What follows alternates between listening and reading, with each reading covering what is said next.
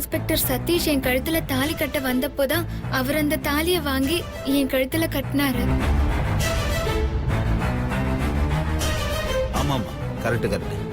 எங்கம்மா ஞாபகம் இருக்கு? ஒரு நாளைக்கு 4 கேஸ் வருது, ஒரு மாசத்துக்கு 120 கேஸ் வருது. எந்த மாசமா அது? அக்டோபர் 15ஆம் தேதி சார். 4 மாசம் ஆச்சு. அப்படி பார்த்தா 480 கேஸ்.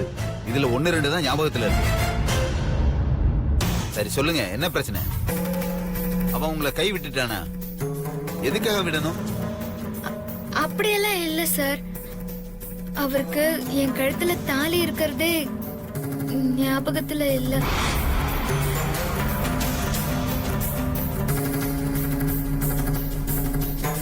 நானூத்தி 80 கேஸ்ல உங்க கேஸ் எனக்கு ஞாபகம் இருக்கு. தாலி கட்டினவனுக்கு அது ஞாபகம் இல்லையா? சீட்டிங்மா, பக்கா சீட்டிங். அதனாலதான் நான் அப்பவே ஸ்டேட்மெண்ட் எழுதி வாங்கினேன். அப்படியெல்லாம் எதுவும் இல்ல சார். நடந்தது என்னன்னா, ஐயோ தங்கச்சி கீர்த்தி பாத்துமா, நீங்க உடனே கிளம்பி வீட்டுக்கு வாங்க. இப்ப எதுக்கு போன் பண்ண, என்ன எதுக்கு அங்க வர சொல்ற? என்னால அத போன்ல எல்லாம் சொல்ல முடியாது. நீங்க உடனே இங்க பொறுப்பிட்டு வாங்க. கீர்த்தி, எதா இருந்தாலும் நான் பாத்துக்கிறேன். ஜெயிலுக்குள்ள நான் போய்க்கிறேன். தெரியுமா அவள?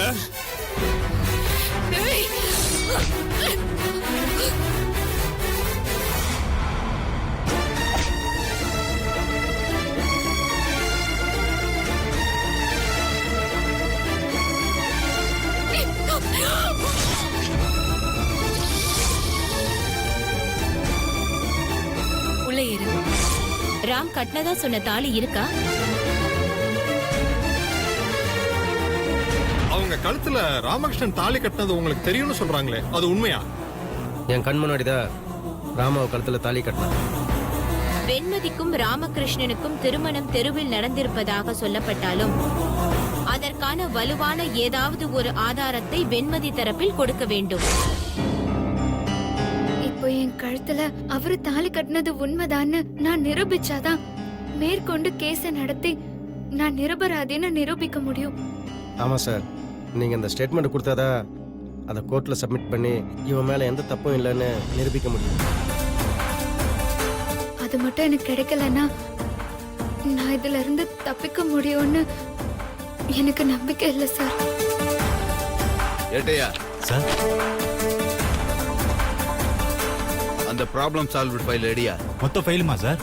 அக்டோபர் மாசம் ஃபைல மட்டும் எடுங்க. Okay sir.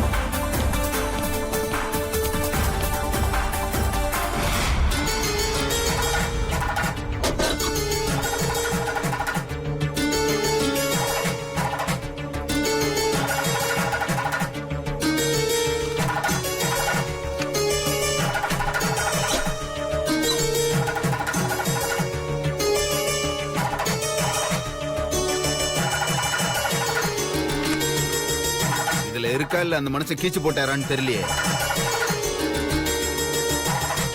என்ன அவரு ரமேஷோ சதீஷோ சொன்னீங்களே, அவருக்கு ரொம்ப க்ளோஸ். பாப்போம்.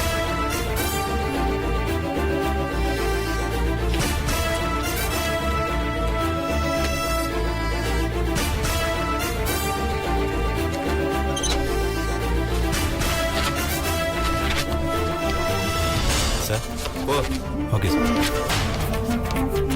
என்ன தேதி சொன்னீங்க? October 15 sir.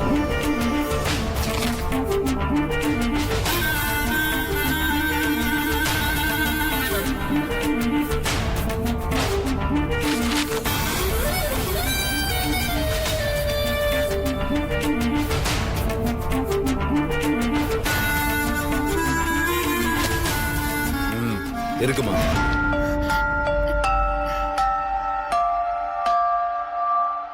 ராமகிருஷ்ணன், வெண்மதி, சாட்சி, முரளி. நான் தான் சார்.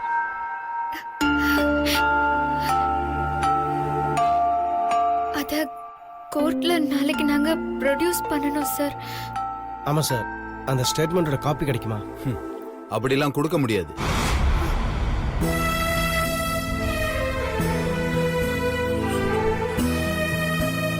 கோர்ட்ல நானே வந்து சப்மிட் பண்றேன்.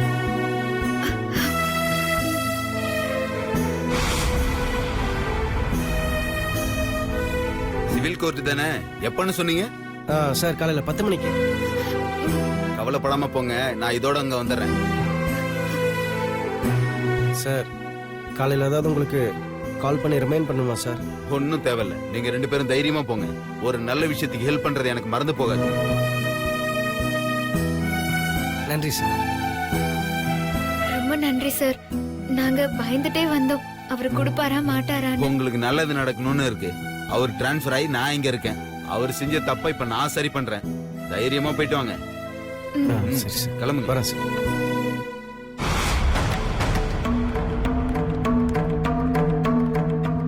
யோ ஏட்டு, சார் இந்த ஃபைல் என் டேபிள்ல இருக்கட்டும். ஓகே நான் சார். கோர்ட்டுக்கு எடுத்துட்டு போயிட்டு வரேன். புரியுதா? சரி சார். நான் ரெஸ்ட் ரூம் வரைக்கும் போயிட்டு வரேன். ஏதாவது போன் வந்து அட்டெண்ட் பண்ணியா? Okay sir. ஓ, வயித்த வேற கலக்குது. எந்த ஹோட்டல்ல வாங்கிட்டு வந்தானே தெரியல.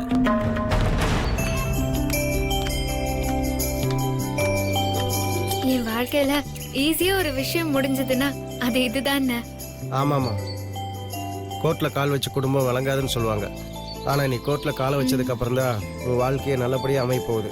அடுத்து எங்கே போகணும் சொல்லு? முத்துலட்சுமி அக்காவை பார்த்துட்டு அப்படியே கீர்த்தி அட்மிட் ஆன ஹாஸ்பிட்டலுக்கு போகணும். வா போகணும்.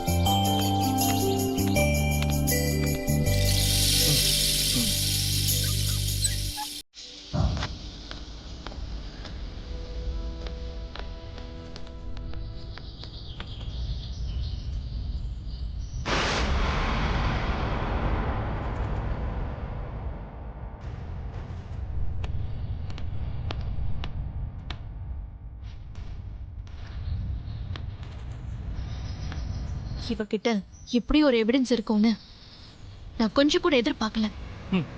எதிர்பார்க்காததை செய்யற தினமா இந்த வெண்மதி. இப்ப என்ன நான் பண்றது? இருக்கிற இடம் தெரிஞ்சு போச்சு. அத கிளப்புற வழியை பாப்போம். இந்த இன்ஸ்பெக்டர் நமக்கு செட் ஆவார்னு எனக்கு தோணலண்ணா. அவனை விடுமா? பணத்தை காட்டினா யார் வேணாலும் பல்ல கிழிப்பானுங்க. நாம அந்த கருப்பாட்டை தேடி கண்டுபிடிச்சு பணத்தை வெட்டுவோம். இந்த எவிடன்ஸ் இருக்கிறதுனால தான் அவ இத்தனை நாளா நமக்கு ஆட்டம் காட்டிட்டு இருக்கான். அதான் அவ ஆட்டத்தை முடிக்க போறோமே. இருமா, எவனாச்சும் மாட்டுவானான்னு பாப்போம்.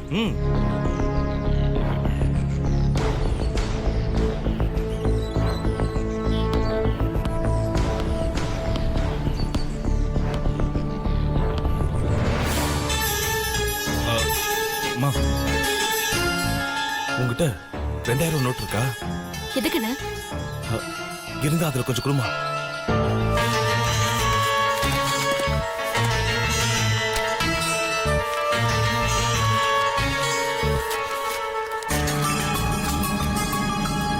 நீ இங்கே இரு, வேடிக்கை மட்டும் பாரு.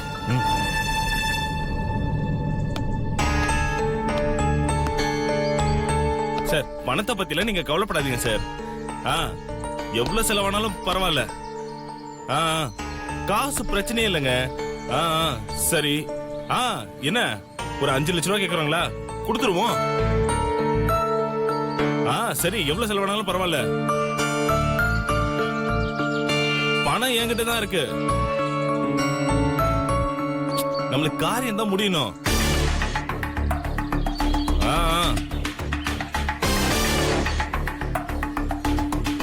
இங்க பாருங்க, பணம் என் பாக்கெட்டுக்குள்ள தான் இருக்கு. இங்கதான் இருக்கு, பாக்கெட்டுக்குள்ள.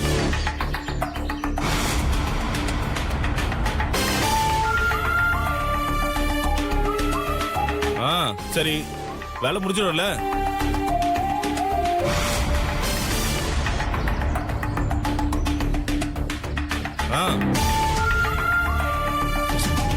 என்ன செய்றான்? சரி, எவ்வளவு நாளும் பரவாயில்ல, பணம்லாம் பிரச்சனை இல்ல. ஆமா, காரியம் முடியணும். சரி,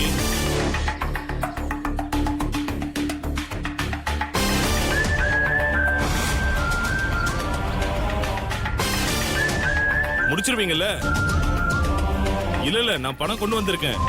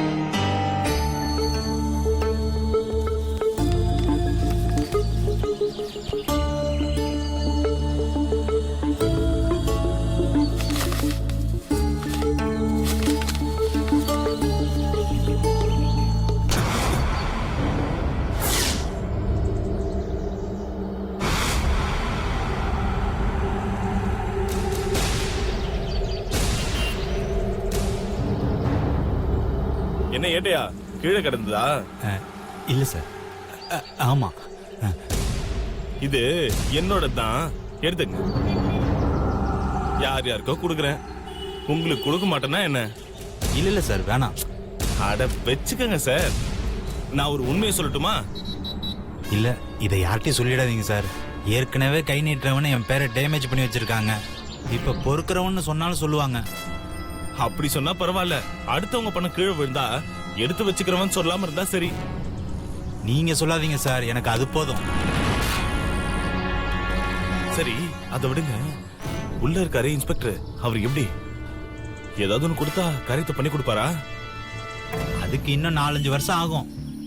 அது என்ன 4-5 வருஷம்? இப்பதானே பதவிக்கு வந்திருக்காரு. அதான் நேர்மை கருமை எருமைன்னு ஸ்ட்ரெயிட் ஃபார்வர்டா இருக்காரு. ஒரு 4-5 வருஷம் அடிபட்டுட்டாருன்னா நிலைமை தலைகீழா போயிடும் சார். நானும் என் சர்வீஸ்ல எத்தனை பேரை இப்படி பார்த்திருக்கேன். பொழைக்க தெரியாத மனுஷன் சார். உங்களுக்காவது பொழைக்க தெரியுமா? அதெல்லாம் பொழைக்கலாம் தெரியும், ஆனா பொழப்பலாம் அங்கதானே போகுது. நம்ம கிட்டதான் ஒருத்தனும் வரமாட்டேன்றானே. அதான் வேற ஏதாவது ஸ்டேஷனுக்கு டிரான்ஸ்ஃபர் கிடைக்குமான்னு காத்துக்கிட்டு இருக்கேன். அது நடக்கிறப்ப நடக்கட்டும். இப்போ ஒரு காரியத்தை நடத்தி கொடுத்து இந்த கட்டை நீங்க வாங்கிக்கங்க.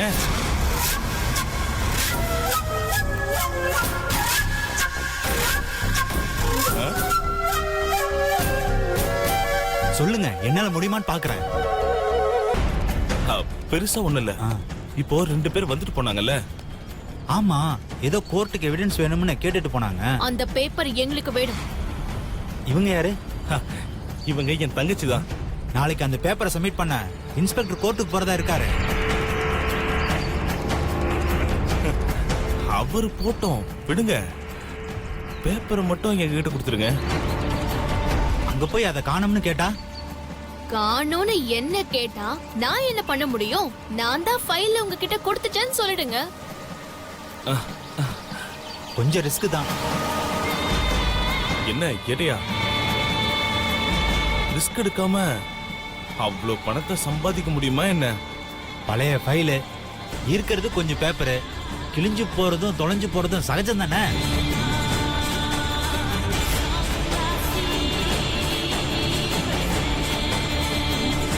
$2000 கட்டு கிடைச்சா நல்லா இருக்கும்.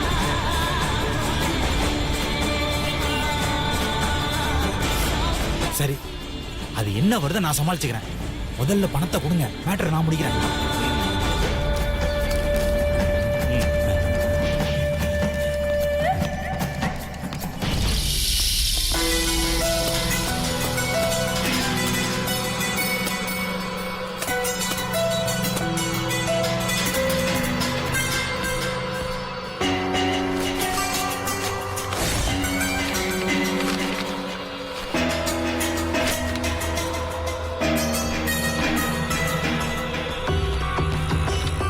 இதான் பாருங்க.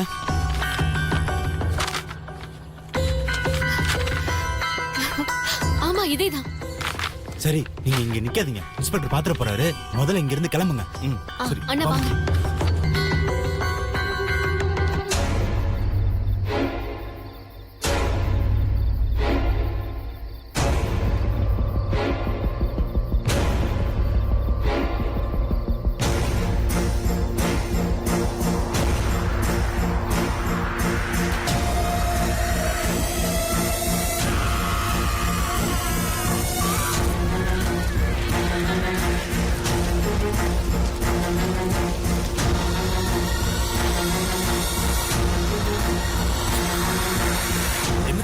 நீ இன்னும் தூங்கலையா? தூங்காம என்ன பண்ணிட்டு இருக்க? ராமகிருஷ்ணனோட ஸ்டேட்மெண்ட்ட திரும்ப திரும்ப படிச்சிட்டு இருக்கேன். அவன் காதலிச்ச கதைய சொல்லி கல்யாணம் பண்ற வரைக்கும் ஒண்ணு விடாம எழுதியிருக்கான். அவனை விடுமா, அவன்லாம் ஒரு ஆளுன்னு பேசிக்கிட்டு இருக்க. காதலிச்சது ஒரு பொண்ணு, தாலி கட்ட ஒரு பொண்ணா? கேட்டா பழசெல்லாம் மறந்து போச்சான். சரி, இது எதுக்கு இன்னும் கையில வச்சிட்டு இருக்க? இது இருந்தா அவ தப்பிச்சிருவாள்ல. இது அந்த போலீஸ் கிட்ட இருந்தாதான் அவன் தப்பிப்பான். நம்ம கிட்ட எல்லாம் இருக்கு. அது நம்ம கிட்ட இருந்தாலும் சரி, அவங்க கிட்ட இருந்தாலும் சரி, இருக்கிற வரைக்கும் நமக்கு ஆபத்து தானே. இத கையில வச்சுக்கிட்டு எனக்கும் கிருஷுக்கும் கல்யாணம் ஆனதும் அவனுக்கு இத காட்டி காட்டி கலங்கடிக்கலான்னு பாக்குறேன். எல்லா பொம்பளைங்களும் ஒரே மாதிரி தான் இருக்காங்க. புருஷனோட பழைய லவ் லெட்டர் வச்சுக்கிட்டு மிரட்டுவாங்க. இவ ஸ்டேட்மெண்ட்டை வச்சுக்கிட்டு மிரட்டலான்னு பாக்குறா. காதலிச்சு ஏன் கழுத்துல தாலி கட்டணும்னு அவனுக்கு தோணல. ஆனா எங்க இருந்தோ வந்த இவ கழுத்துல. ஐயோ என்னம்மா நீ பழைய கதையை போட்டு இழுத்துக்கிட்டே இருக்க. இதெல்லாம் நடந்து நாளாயிடுச்சு. நாமளும் அதை வச்சு இவ்வளவு போட்டுன்னு ஓடிட்டோம். இனிமே அதை பேசிட்டு இருக்கிறதுல எந்த பிரயோஜனமும் இல்ல. உண்மைதானே. ஆனாலும் என்ன காதலிச்சவன் இன்னொருத்தையும் காதலிச்சிருக்கான். அது மட்டும் இல்லாம அவ கழுத்துல தாலியையும் கட்டியிருக்கான்னு நினைச்சா நெஞ்சு வலிக்குதுன்னு. ஐயோ என்னம்மா இது, நீயும் சாதாரண பொண்ணு மாதிரியே பேசிக்கிட்டு இருக்க. அதை டெலீட் பண்ணிட்டு அடுத்த வேலையை பாருமா. சரிண்ணே. இருமா, இத கிழிச்சு போட்டாலும் நாம எவிடன்ஸ விடுற மாதிரி ஆயிடும்.